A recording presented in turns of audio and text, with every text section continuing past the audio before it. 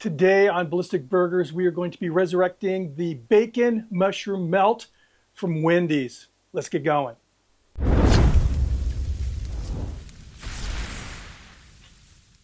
So over the years on both of my channels, I've received several requests to reproduce the original Wendy's bacon mushroom melt. And I'm finally getting around to it. I'm excited about this because I found the same type of buns they were using. They originally were using what it was called a Kaiser bun, not a Kaiser roll, but a Kaiser bun.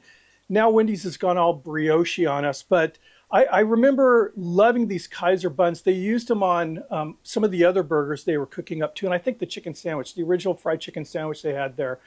And this is actually a pretty simple burger, not a whole lot of ingredients going on, but it really packs a lot of flavor. And here's how I'm going to make the sauce.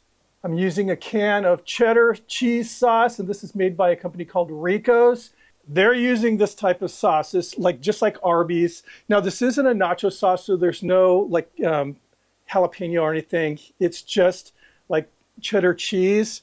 And what I'm going to be mixing it with is mushrooms. And again, they're not cutting up fresh mushrooms for this. They're using probably canned mushrooms. And we need that in order to get the texture. I'm using Green Giant simply because I can see what I'm buying here, and I didn't want to buy some of these canned mushrooms. They're really, really small. And this pretty much looks like the stuff that they're using at Wendy's. So what I'm going to do now is I'm going to take this into the house, drain the water out of this, mix it with the cheese in a pan. I'm going to get it heated up a little bit on the stove top. Then I'm going to meet you right here. We're using the Wildfire Griddle today. I'll meet you at the griddle. All right, as I said, I'm using that Wildfire Griddle today. I have this whole thing on medium-low. Wendy's is running their griddles at a mere 250 degrees Fahrenheit, so really low temperature. I have a theory about that we'll talk about later. So first thing I'm going to do is lay down 3 strips of very thin bacon.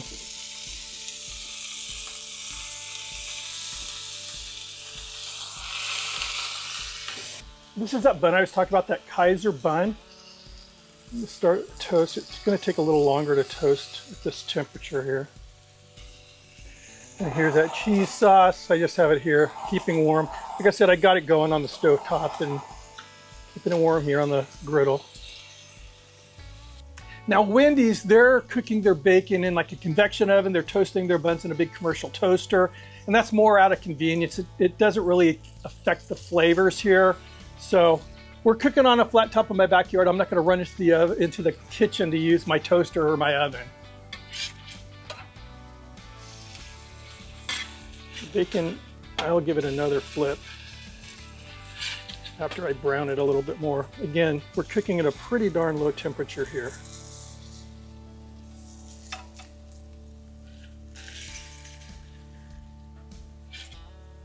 Let me get the bacon down right over here.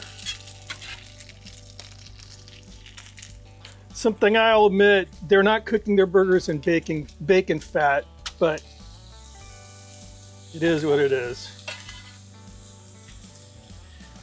Now, I don't know if they're still using this kind of trowel style spatula, but this is what they used to use. And they actually used to do a 4-corner press. So they'd press down all 4 corners on the first and second flip, but they don't do that anymore. I'm not going to do that. Little salt. The way they're cooking their burgers is different. It's very slow. And once it starts to sizzle like it is, they give it their first flip. This is back in the day where they would give that corner press here. They stopped doing. So my theory is, and there's a couple burger joints that do this, that cook at very low temperatures. Now Wendy's is saying it's to make it, juicy, to keep the juices in there, which is true. They're sacrificing the sear that I think a lot of people really enjoy.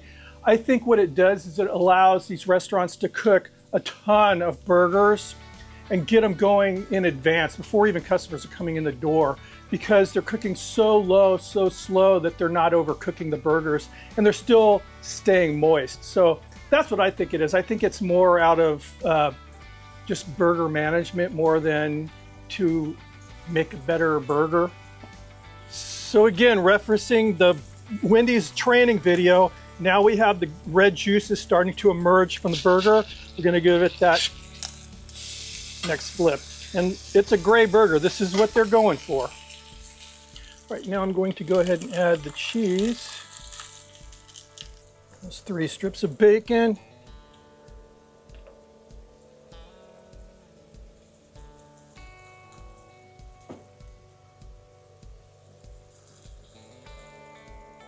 All right, and I'm not going for a crazy melt on this. I'm just looking for that cheese to start to kind of bend over the sides, which it's doing.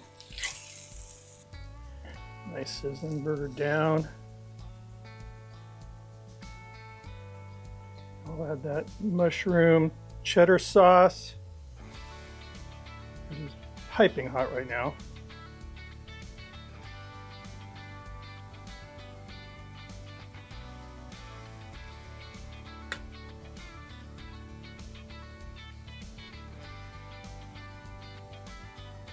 Crown this burger.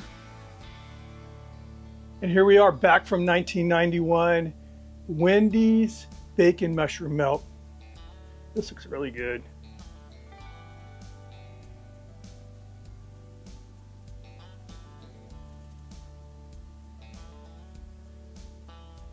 It smells really good. Buns are very soft.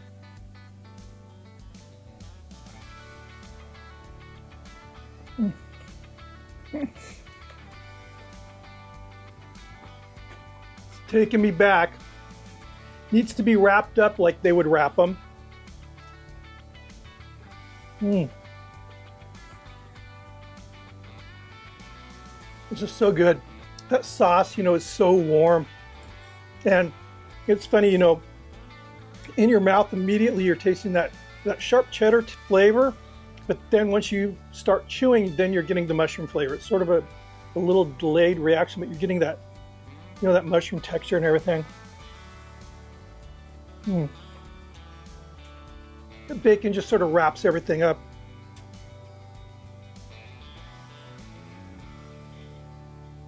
I can say I really miss these buns. That was one thing that kind of made Wendy's stand out from the rest, besides the obvious, you know, square burger, that they had these buns. I remember the first Wendy's appeared in my neighborhood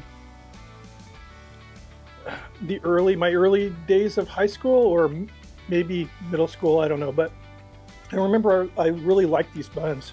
They got rid of them. I mean, I like a good brioche bun if it's a good brioche bun, but no other restaurant, you know, burger joint out, you know, fast food place has them like this. Those Kaiser buns, those are awesome.